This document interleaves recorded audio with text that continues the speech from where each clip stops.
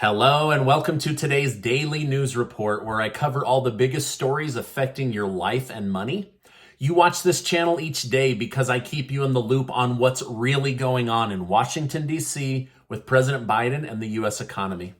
China's state-run news organization, the Global Times, has just stated that the drills they've been practicing off the coast of Taiwan are part of a rehearsal for a reunification operation. So this is just the rehearsal. These drills started after Nancy Pelosi visited the island, but some believed these drills were simply a form of protest. However, the Global Times has stated these drills will become routine. On its face, it sounds like China has confirmed it will be attacking Taiwan very soon, but some argue that this could be another China bluff. Either way, the possibility is scary enough, and it seems more and more likely that there will be an attack that the United States either needs to defend or ignore. On top of that, the war with Russia and Ukraine started with military buildup on a foreign nation's border and talking about it as a special operation. So I'm seeing a lot of similarities in actions and in wording, and this is very, very suspicious. The possibility remains that China may have just been looking for an excuse to attack, which means that they would have attacked whether Pelosi visited or not. Despite this, Pelosi has been finding ways to make the situation worse by embarrassing the Chinese president. Now, the White House and the military are saying that Pelosi needs to back off because she's putting the world in real danger with her rhetoric. Now, yesterday I reported that Nancy Pelosi stated that China's reacting this way because she believes China's president is insecure and that this is a political situation that she believes she's being discriminated against for being a woman. Pelosi said, they made a big fuss because I'm speaker, I guess, but they didn't do this same thing when men came. So she's basically saying that they're now provoking Taiwan because she's a woman that went to Taiwan. As we try to keep China calm, tensions with Russia continue to mount. A Russian judge has handed women's basketball star Brittany Griner a 9-year sentence in Russian prison. Yikes.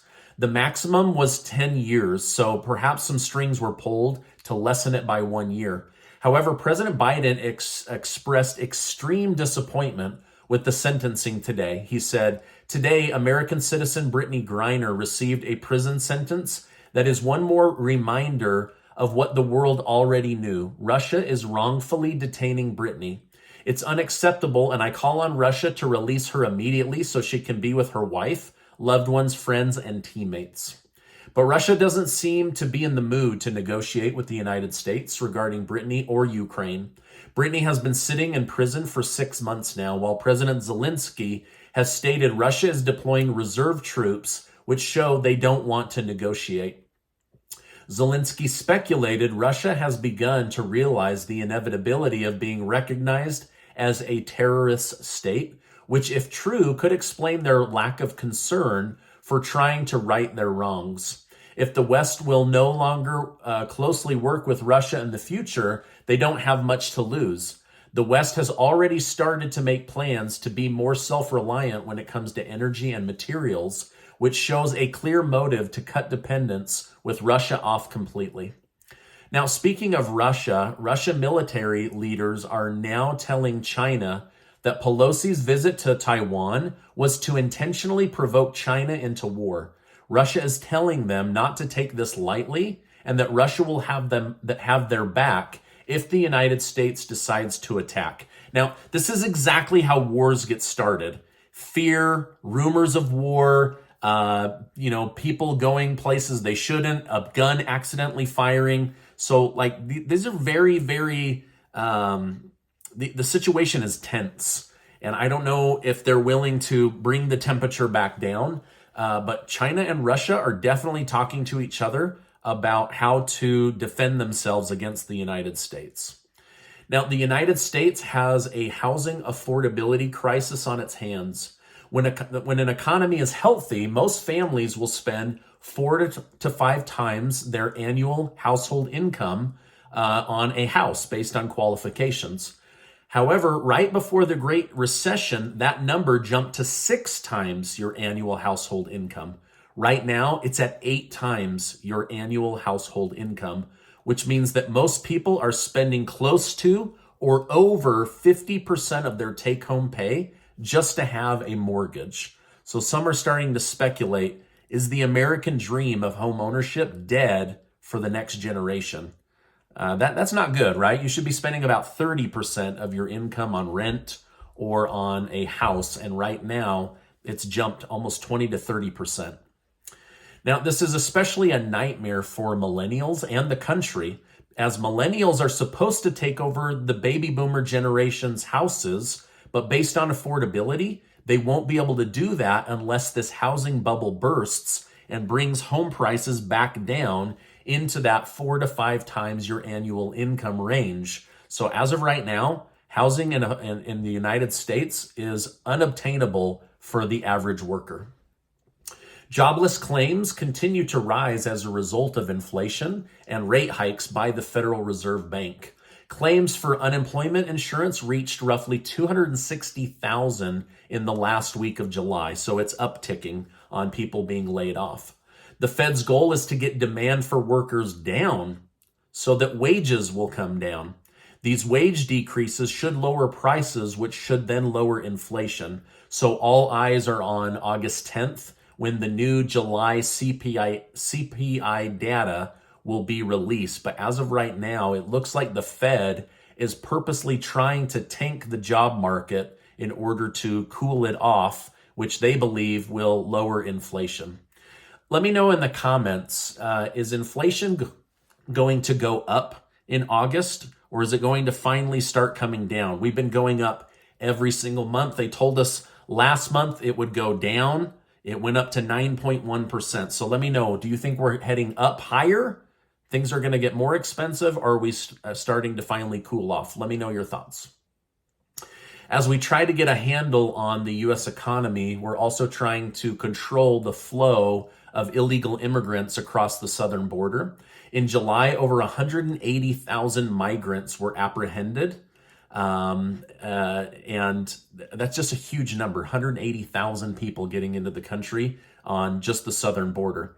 Now, that is a small decline, but now the United States Border Patrol is finding these cartels, these coyotes, doing TikTok to advertise coming into Mexico where you can pay them a discounted rate to be smuggled across the border. So that situation continues to be out of control. All right, now this is the terrifying story I wanted to share with you. So stick with me because this is pretty scary stuff. I watched a Senate hearing yesterday that almost no mainstream media was willing to cover. The hearing was on gain-of-function research going on using taxpayer-funded labs over in China. So the United States is funding this, and it's done in China so that it's not on American soil. Dr. Fauci has said, he has testified before Congress that gain-of-function is not happening. And then there were no Senate hearings on this for almost 2 years. Now they're having those hearings again. In these hearings yesterday, it became obvious from the many witnesses that gain-of-function is still happening right now. And every one of them testified that the danger of gain-of-function research does not outweigh the risk. So the risk is much higher than the benefit that they're getting. Now, gain-of-function is when scientists hijack a virus and add to it to make it much more lethal, infectious, or deadly. Now, here is the terrifying part. Senator Hawley asked lead scientist Dr. Stephen Quay, are you concerned about the continuation and expansion of Chinese gain-of-function research? Dr. Quay responded by saying that he was concerned because the risk far outweighs the benefit. Then he said, China is working on gain-of-function to increase the power of the Nipah virus. This is a virus that literally makes your brain swell and expand until you die. He said, to give you an idea, the Nipah virus has a 60% lethal rate. And he said, we just lived through COVID, which has a 1% lethal rate. So they're doing gain of function right now, according to these scientists, on viruses that are 60 times more deadly than COVID. I mean, that to me, that's absolutely terrifying. If that leaked, it would be game over. In fact, this doctor went on to say that if this virus leaks from a lab, it would set humanity back 1,000 years. Basically, 60% of the world's population would be wiped out. And yet, they continue to do gain-of-function research on the Nipah virus right now. That's terrifying to me. I can't believe our government is allowing that. In a major twist, Ukraine is now saying that President Vladimir Putin and Russia are using a body double for Putin when he's out in public or whenever cameras are around. They say the real Putin is very sick, and Russia doesn't want the world to know that because it might make Russia look weak. They say, however, that the ears are the giveaway. I guess the public Putin's ears look different than the real Putin that they're hiding. So I don't know. I don't have any pictures for you, but that was a big story today in the news.